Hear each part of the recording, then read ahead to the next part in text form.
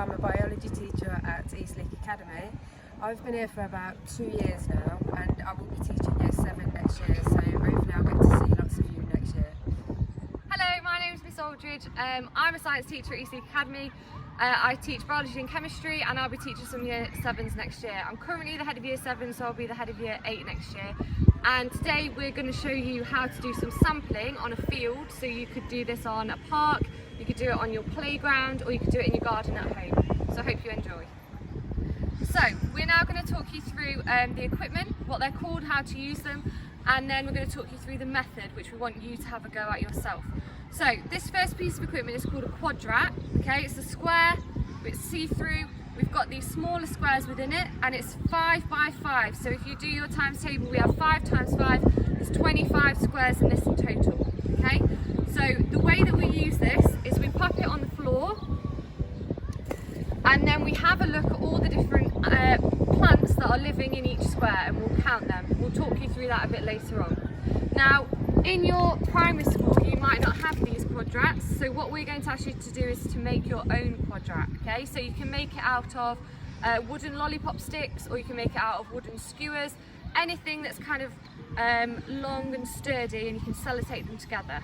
So we want you to make a quadrat like this.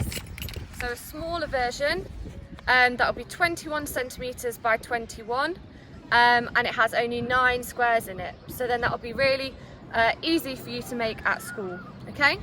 The other piece of equipment you'll need for this method is a tape measure, okay? If you don't have a tape measure, you can just use a metre ruler, but I think most primary schools might have tape measures, okay? Ours is quite a big one. You'll only need one that goes up to 5 metres long, okay? So you're going to copy exactly what Miss McGee does. The first thing she's doing is she's laying down the tape measure, so it's 5 metres long.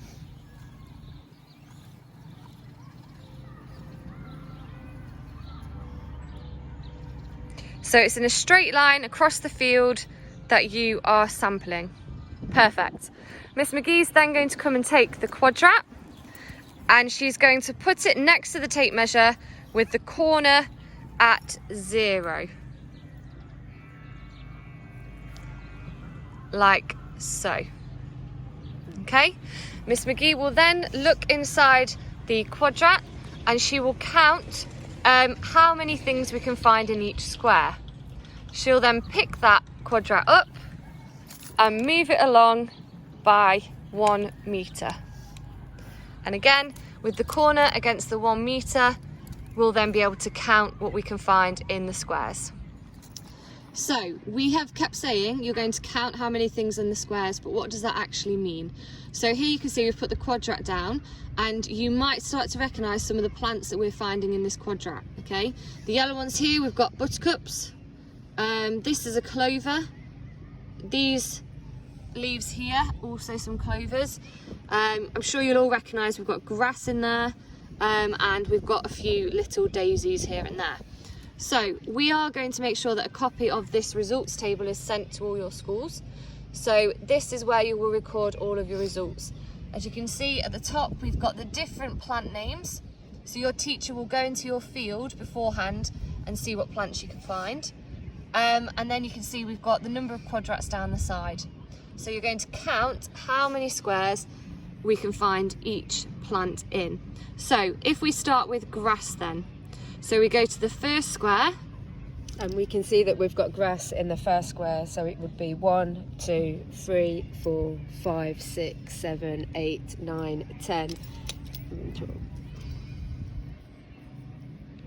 And there's grass in every square, so for the grass you would put 25. Perfect. Next one then is the clover, so we'll do the same again. 1, 2, 3, 4, 5, 6, 7, 8. There's no clover in this one. No clover in this one. There's one in this, so that's 9, 10, 11, 12, 13, 14, 15, 16, 17, 18, 19, 20, 21. Okay, the next one then, daisies. So we can already see there aren't as many daisies, so let's have a look. So we've got one in the first square. So we've got 1, 2, 3, 4, 5, 6. Just 6 for the daisies. And then the final one is moss. And we haven't got any moss in this quadrat. So you just put 0 into your table. Brilliant. And then when you move your quadrat along by 1 metre, you do the same thing again. So once you've filled in all of these boxes and you've done all of your quadrats, at the bottom you'll notice it says total. So you have to add up the total of all of these numbers here and pop it in this box at the bottom. Imagine these are our totals. What we then want you to do is to draw a bar chart. So it will look something like this, okay? So along the bottom, you'll have your plant names. They may be different to ours because you might have more species living in your field. Up the side, you've got the total number, and then just simply drawing bars to show your results. And then we've got a nice clear title at the top, and this will show all of the plants that are growing in your field, which plant there is more of, and which plant is quite rare in your field. So you can adapt this practical by comparing 2 different fields. So you can go out in 2 different fields and compare the 2 of them.